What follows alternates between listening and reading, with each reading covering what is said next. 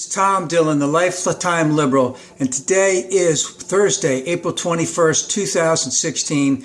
The title of this rant will be, What Does the GOP Stand For in 2006? My answer is not much. So let's go over a few issues. They will be issues in the election. We'll see a lot of deferment towards other issues, but some of the big issues. Number one, where do the Republicans stand on global climate change? They don't believe in it. Marco Rubio basically made the biggest statement on it. But Trump, Kasich, and Cruz, they don't believe in global climate change. They don't see anything in terms of what needs to be done to help save the planet. And it's deny, deny, deny. And of course, when Bush came in, we had the Kyoto agreements, accords, whatever, that Clinton had done, Bill Clinton, got rid of the whole thing. Fuck it. We don't care. We're in charge now. I would expect to see quite a bit of that the same. You might see Trump indicating that he will look into it, that he's very concerned about it, and they'll all say that. But they won't do squat. Okay, so they really don't believe in that at all. Second thing is LGBT rights and gay marriage. Trump actually has pretty much committed that we shouldn't even have any of these laws on the books, that it's hurting North Carolina, that it wasn't an issue until it became a law. But the other two, pretty much against it.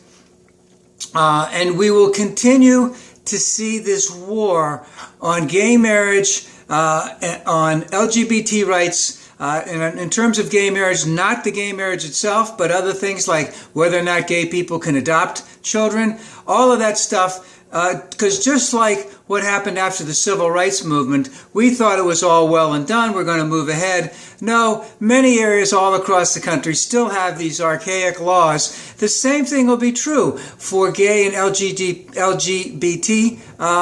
people as we go on over in the years to come, that conservative areas will try to find issues to deny rights to gay marriage and to LGBT people. Next thing, let's talk about the minimum wage. As we know, Hillary is for $12 an hour. Bernie was for $15 an hour.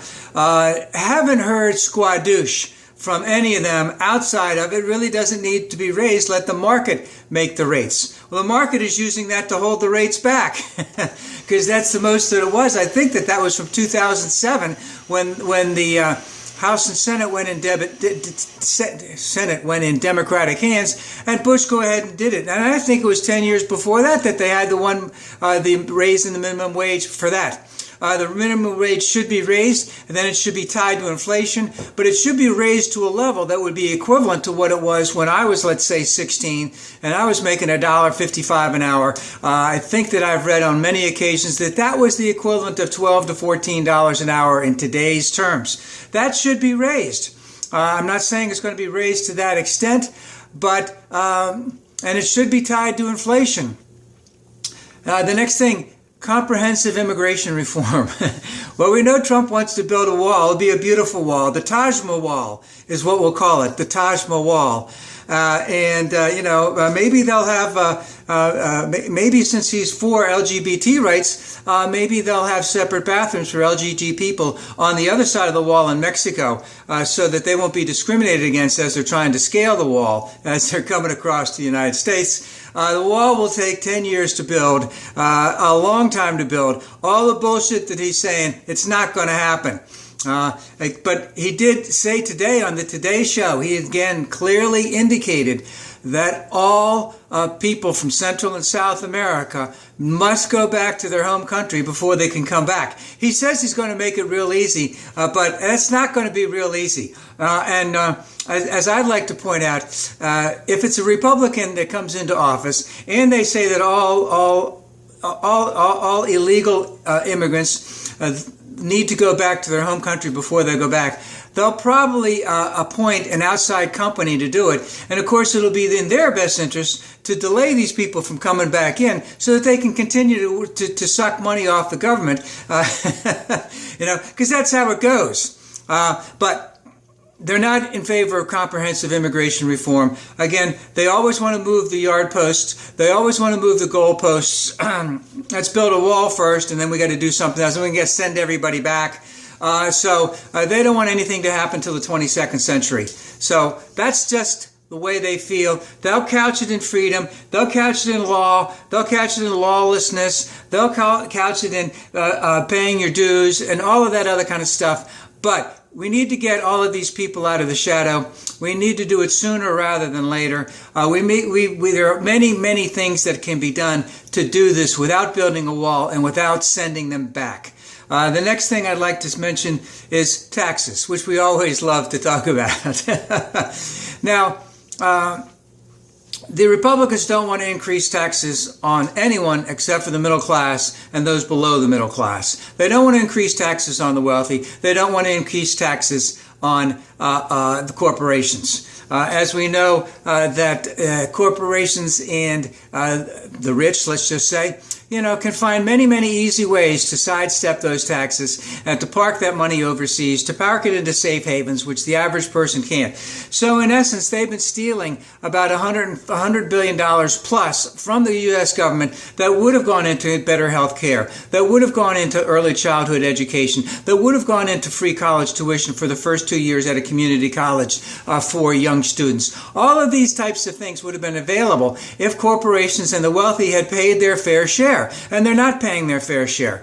And of course, if we ever do get them to pay their fair share, we still would have lost all that money for the 20 or 30 years when basically the Republicans didn't want that. And of course, the reason they don't want it is they don't believe in government.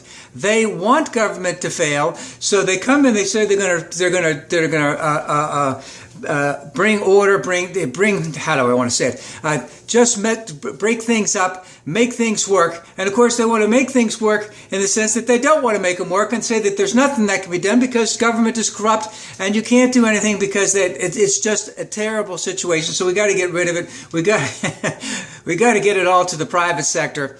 They won't even increase the gas tax, which hasn't been increased since, I believe, 1993. That should have been pegged to inflation by then. I believe that they're saying there's probably about 10 or 12 cents more that we should be paying in a gas tax now, which, considering gas prices, even they've gone up on the recently, are at historic lows. In terms of the value of the dollar now. I mean, we could have easily paid for that. And of course, we have crumbling bridges, we have crumbling roads, we have crumbling infrastructure, we have crumbling underpasses, and it's only going to get worse. So they won't even consider anything like that. Another thing we know they won't consider is gun safety laws. I don't have to say anything on that. And two last things is they really have no interest whatsoever in having true educational reform to the benefit of the students, to make them and prepare them to skyrocket into another dimension of the 21st century, which we are fastly doing. The world is moving rapidly. We are lagging way, way behind in that area. This other thing they don't have any interest in, or truly no interest in, is prison reform. They sort of like the laws as they are, because the laws favor imprisoning people of color, both black, both Hispanic, Latino, on a much grander scale than it does white people. So they're really not interested in all of that. And on the foreign front, let's just say, they espouse to the position of what I would refer to as Our Lady of Perpetual War. Remember, we used to have to pray, I used to have to pray to Our Lady of Perpetual Help. Yet they're doing it to Our Lady of Perpetual War, where we are that shining light on the hill. We are the world's safekeeper. We know what good is. We know what evil is. When we confront evil, we will crush evil. And of course, it builds the coffers of all the warmongers who are making armaments and all kinds of other stuff here in the United States, sucking off the Pentagon budget, which has never been decreased.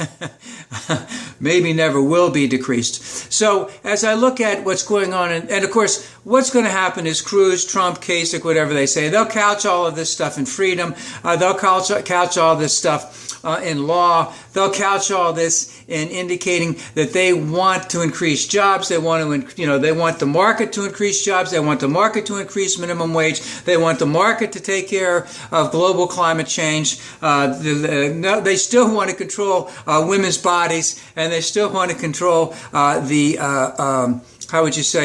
dignity of LGBT and gay marriage. They still want to harm them in any way they possibly can. Not interested in comprehensive immigration reform, not interested in raising taxes to help pay for the tremendous amount of infrastructure stuff that we need, etc., education, all kinds of reforms. Not interested in raising the gas tax, not interested in gun safety laws, not interested in anything but sticking their chest out and keeping on with more war as we get more oil and more oil. Not a very optimistic outlook for the way we should be looking at this 2016 election.